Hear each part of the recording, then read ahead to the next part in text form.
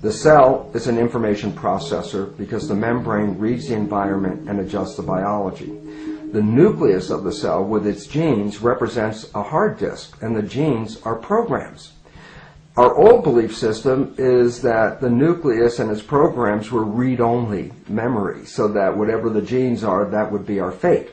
However, the new insights offered revealed that the nucleus of the cell was not read-only, it was actually read-write.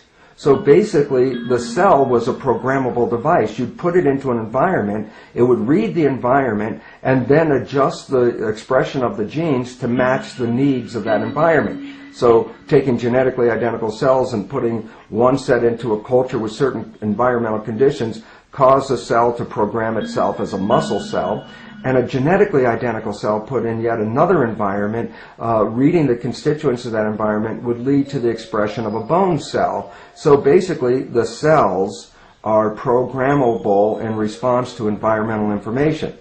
And one last piece, just to tie it together for all of us to understand, is that if you put a culture dish of cells into an adverse environment, then what would happen is that those cells would actually get sick and start to die.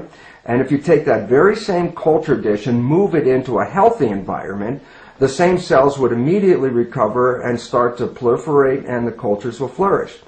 The relevance about all this is that we go back to the nature of a human being and recognize that containing 50 trillion cells, the human body is essentially a skin-covered petri dish.